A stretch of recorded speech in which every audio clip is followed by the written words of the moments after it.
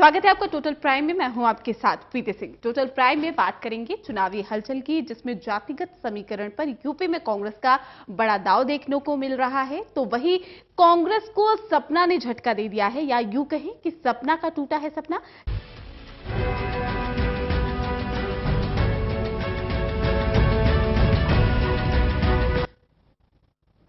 चलिए बात करेंगे 2019 के रण में सूरमा अपनी चाल बदलने लगे हैं। नफा नुकसान भांपते हुए एक दल से दूसरे दल में जाने का सिलसिला जारी है और यूपी में बड़ी हलचल उस समय मची है जब एसपी बीएसपी के 4 पूर्व विधायक कांग्रेस में शामिल हुए।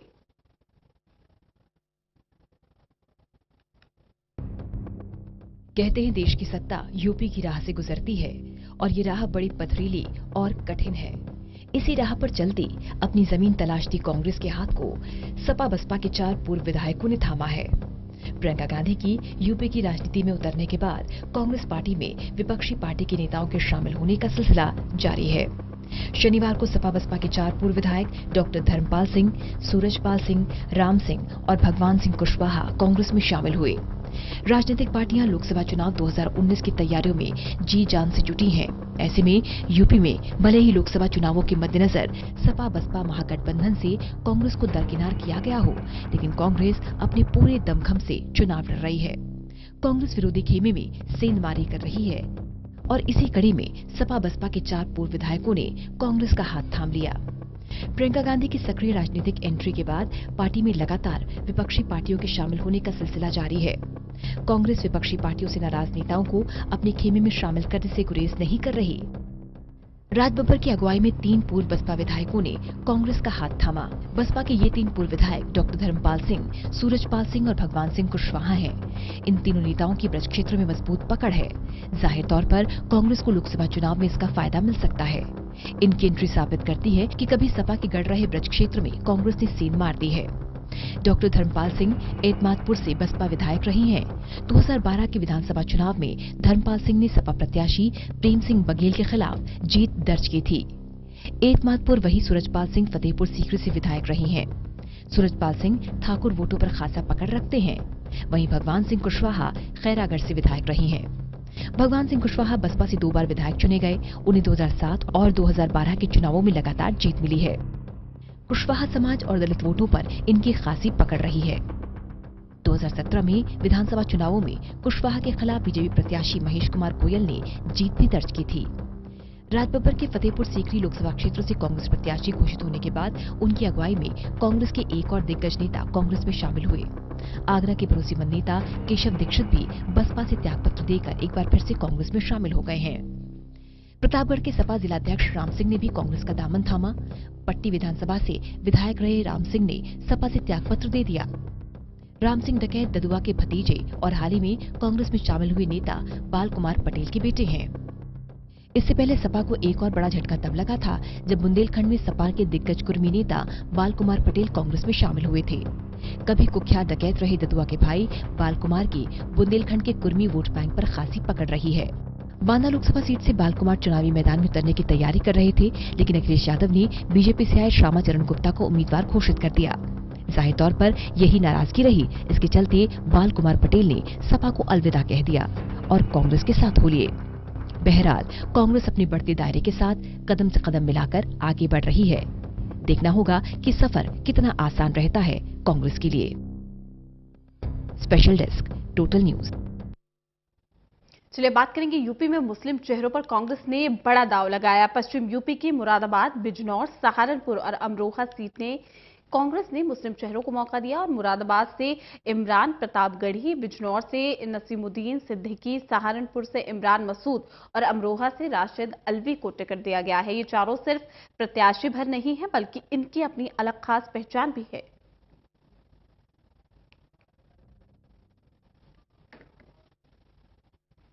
2019 के सियासी संग्राम में भारतीय जनता पार्टी के खिलाफ विपक्षी दलों को एकजुट करने का जो अभियान कांग्रेस लेकर चली थी, महागठबंधन का वो स्वरूप मतदान की तारीख आते आते न सिर्फ बिखरता दिखाई दे रहा है, बल्कि एक मंच पर एक साथ नजर आने वाले दल अब चुनावी मैदान में आमने सामने आ गए हैं। यूपी में महागठबंधन की ये कोड वर्ड टिकट वितरण के बाद और ज्यादा स्पष्ट हो गई है। कांग्रेस अपने मुस्लिम प्रत्याशियों के सहारे दलित मुस्लिम गठजोड़ के दम पर दिल्ली का ख्वाब संजोने वाले बसपा सपा गठबंधन पर गहरा आघात किया है। अकेले पश्चिमी यूपी की 4 ऐसी लोकसभा सीट हैं जहां कांग्रेस की मुस्लिम उम्मीदवार खासकर बसपा सुप्रीमो मायावती के लिए हानिकारक साबित हो सकते हैं। मुरादाबाद, बिजनौर, सहारनपुर और अमरोहा 4 ऐसे लोकसभा क्षेत्र हैं जहां से कांग्रेस ने मुस्लिम चेहरों को मौका दिया है। मुरादाबाद से इमरान प्रतापगढ़ी, बिजनौर से नसीमुद्दीन सिद्दीकी, सहारनपुर से इमरान मसूद और अमरोहा से राशिद अलवी को टिकट दिया गया है। ये चारों सिर्फ प्रत्याशी भर नहीं है, बल्कि इनकी अपनी अलग खास पहचान भी है। इमरान प्रतापगढ़ी मशहूर शायर हैं और जनता के बीच उनका क्रेज काफी है। नसीमुद्दीन सिद्दीकी कभी मायावती के राइट हैंड कहे जाते थे और लंबे अरसे तक उन्होंने बसपा में नंबर 2 की भूमिका भी निभाई है। इमरान मसूद पश्चिमी यूपी में कांग्रेस की सबसे मुखर चेहरे के तौर पर उभरे हैं। हालांकि उनके तल्ख बयान पूरे देश में विवाद का केंद्र बने हैं। राष्ट्रीय प्रवक्ता होने के नाते राशिद अलवी पूरे देश में अपनी पहचान रखते हैं। यानी इन नेताओं का कद इस बात की ओर इशारा कर रहा है कि यहाँ गठबंधन के उम्मीदवारों को झटका लग सकता है। मायावती कांग्रेस पर लगातार हमले कर रही थी, जिसके बाद कांग्रेस ने अपनी रणनीति बदली और जिन सीटों पर जीतने की उम्मीद है वहाँ मुस्लिम उम्मीदवारों को उतारने का फैसला किया। जिन लोकसभा सीटों पर 20% से ज्यादा मुस्लिम आबादी है और वहां गठबंधन का कोई मुस्लिम उम्मीदवार नहीं है, वहां कांग्रेस ने अपने मजबूत उम्मीदवार उतारने की रणनीति अपनाई है। लेकिन अमरोहा से बसपा उम्मीदवार दानिश अली के खिलाफ कांग्रेस का उम्मीदवार उतारना इसके इरादों को और मजबूती देता है। मायावती का सख्त रुख देखकर ही बसपा को सबक सिखाने की नीयत से कांग्रेस ने कुछ निर्णय लिए हैं। कांग्रेस के करीबी रखने वाले अमरोहा के उम्मीदवार दानिश अली के खिलाफ भी राशिद अलवी को उतारने का फैसला लिया गया है। तो क्या कांग्रेस की ये स्ट्रेटजी गठबंधन खासकर बसपा को वाकई नुकसान पहुंचा सकती है? अब ये बड़ा सवाल है। इन चारों सीटों के समीकरण देखें तो गठबंधन के लिए विपरीत परिस्थितियां पैदा हो सकती हैं। इन चारों लोकसभा क्षेत्रों में मुसलमान वोट न सिर्फ निर्णायक भूमिका में है, बल्कि वह नेतृत्व करता भी नजर आता है। मुरादाबाद सीट पर 45%, बिजनौर सीट पर 38%, सहारनपुर सीट पर 39% और अमरोहा सीट पर 37% मुसलमान हैं। बिजनौर लोकसभा सीट पर कांग्रेस ने पहले एक गुर्जर नेता इंदिरा भाटी को उम्मीदवार बनाया था, लेकिन बसपा ने भी गुर्जर नेता मालूक नागर को मौका दे दिया। दूसरी तरफ बीजेपी ने सिटिंग सांसद कुंवर भातेंद्र पर फिर से भरोसा जताया। गठबंधन का हिंदू उम्मीदवार देख कांग्रेस ने अपना फैसला बदल दिया और नसीमुद्दीन सिद्दीकी को उम्मीदवार बना दिया। इसकी बड़ी वजह यहाँ के 5 लाख मुसलमान मतदाता हैं, जबकि बसपा उम्मीदवार मालूक नागर की नजर 1 लाख गुर्जर और 3 लाख दलित मतदाता पर है।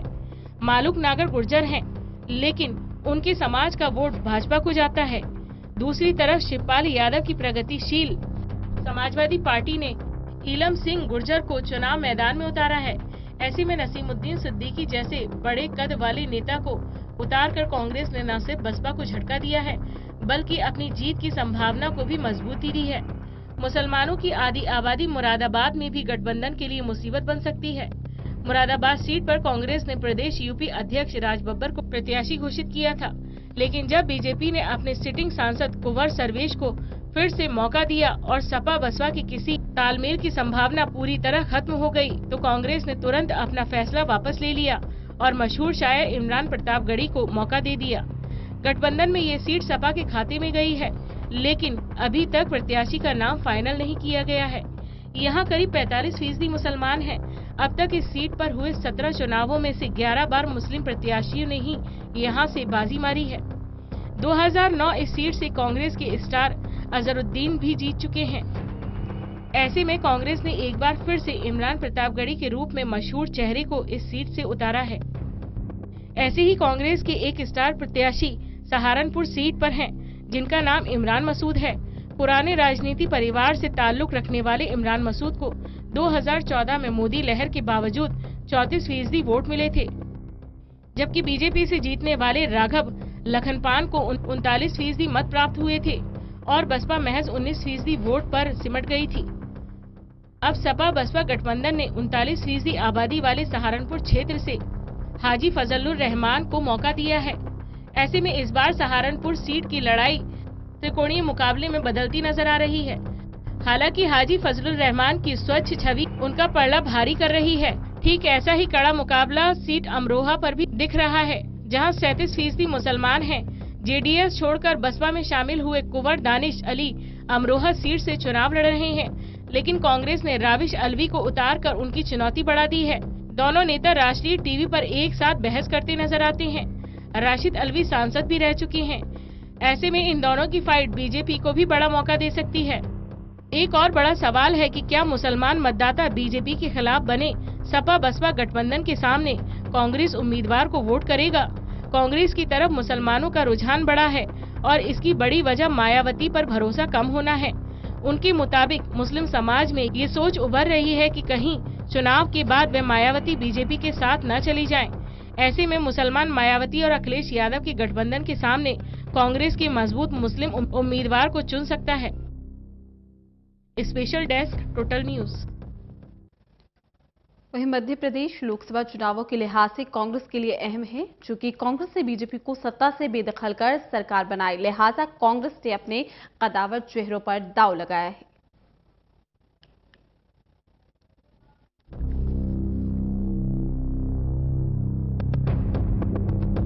कांग्रेस के द्वारा बीजेपी के गढ़ भोपाल संसदीय सीट से दिग्विजय सिंह को चुनाव मैदान में उतार के चौंकाने वाले फैसले ने बीजेपी खेमे को निश्चित रूप से सोचने पर मजबूर किया है।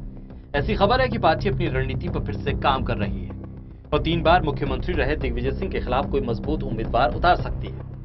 ये उम्मीदवार शिवराज सिंह चौहान भी हो सकते हैं, जो खुद 3 बार राज्य के मुख्यमंत्री रह चुके हैं। पिछले वर्ष हुए विधानसभा चुनाव में शिवराज सिंह चौहान को कांग्रेस के हाथों हार का सामना करना पड़ा था, लेकिन तब से उन्होंने खुद को राज्य के प्रति समर्पित किया हुआ है। उन्होंने हर मौके पर राज्य की कमलनाथ सरकार और कांग्रेस को घेरा और खुद को सबसे बड़ा आलोचक भी साबित किया।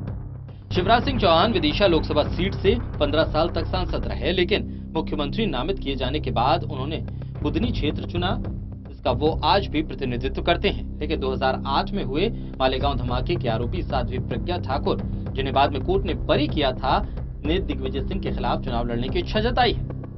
भोपाल लोकसभा सीट पर करीब 3 दशक से बीजेपी का कब्जा है। कांग्रेस नेता शंकर दयाल शर्मा, जो देश के राष्ट्रपति भी रहे, 1984 में इस सीट पर जीत दर्ज कर चुके थे। 1989 से लेकर भारतीय जनता पार्टी के सुशील चंद्र वर्मा ने 3 बार यहां का प्रतिनिधित्व किया।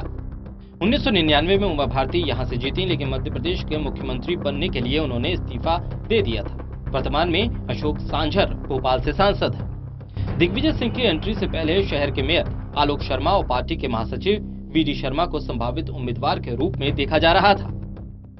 वैसे तो बीजेपी ये जता रही है कि सब कुछ ठीक है, वहीं पार्टी के प्रवक्ताओं की तरफ से कांग्रेस के इस कदम को गुटबाजी करार दिया गया। ये कहा गया कि ये इसलिए किया जा रहा है कि अगर पार्टी हारती है तो कमलनाथ के वर्चस्व को चुनौती देने वाला कोई नहीं होगा। लेकिन निजी तौर पर नेताओं ने माना है कि कुछ चिंता की बात तो है। इस लोकसभा क्षेत्र में स्थित 8 विधानसभा क्षेत्रों में से 3 कांग्रेस के पास है। दिग्विजय सिंह ने यहां से चुनाव लड़ने के लिए हामी भरी जब मुख्यमंत्री कमलनाथ ने उन्हें सबसे कठिन सीट से चुनाव लड़ने की चुनौती दी। मुख्यमंत्री कमलनाथ ने दिग्विजय सिंह की उम्मीदवारी का ऐलान कर दिया था। कमलनाथ के बयान पर प्रतिक्रिया देते हुए दिग्विजय सिंह ने कहा था कि वो राजगढ़ से लड़ना चाहेंगे, लेकिन साथ ही ये भी जोड़ दिया था कि पार्टी जैसा निर्देश देगी वो उसका पालन करेंगे। दिग्विजय 2 दफा राजगढ़ से सांसद रह चुके हैं। Special desk total news. वहीं अपनी आंखों के काजल से सबको घायल करने वाली सपना चौधरी ने चुनावी मौसम में भी अपने बयानों से हलचल मचा दी। हलचल ऐसी जिसे देखकर कहना मुश्किल है कि क्या कांग्रेस का सपना टूटा है या कांग्रेस ने सपना की उम्मीदों को घायल किया।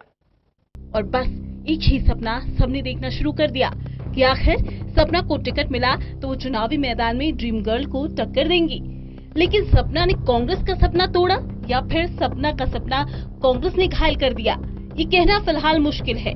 लेकिन सपना चौधरी ने एक बड़ा झटका देते हुए ठीकरा मीडिया पर ही फोड़ दिया और कहती हुई नजर आई कि मैंने कोई पार्टी ज्वाइन ही नहीं की और तस्वीरों का जिक्र करते हुए कहा कि तस्वीरें भी पुरानी है। देखा आपने सपना की चेहरे की शिकन, दाल में कुछ काले की हलचल भी मचा रही है। चलिए आपको पहले मामले की जड़ों से रूबरू कराएं। दरअसल सपना शुरू से ही कांग्रेस में दिलचस्पी दिखाती हुई नजर आई। पहले भी सपना राहुल सोनिया से मुलाकात को लेकर सुर्खियां बटोर चुकी हैं। तभी से उनके कांग्रेस में शामिल होने की अटकलें बनी हुई थी। और इसी बीच एक और खबर सामने आई कि सपना चौधरी ने कांग्रेस का दामन थाम लिया।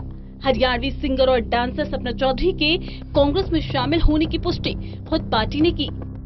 उत्तर प्रदेश कांग्रेस सचिव नरेंद्र राठी ने फोटो जारी कर बताया कि सपना चौधरी ने कांग्रेस का दामन थाम लिया है।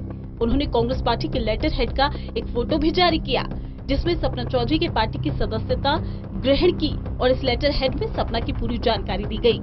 नरेंद्र राठी ने सपना चौधरी के कांग्रेस ज्वाइन करने को लेकर उठे विवाद के बीच उनकी सदस्यता का लेटर जारी करते हुए कहा, शनिवार को सपना आई थी और उन्होंने पार्टी की सदस्यता का फॉर्म भी भरा, जिस पर उनके हस्ताक्षर भी हैं।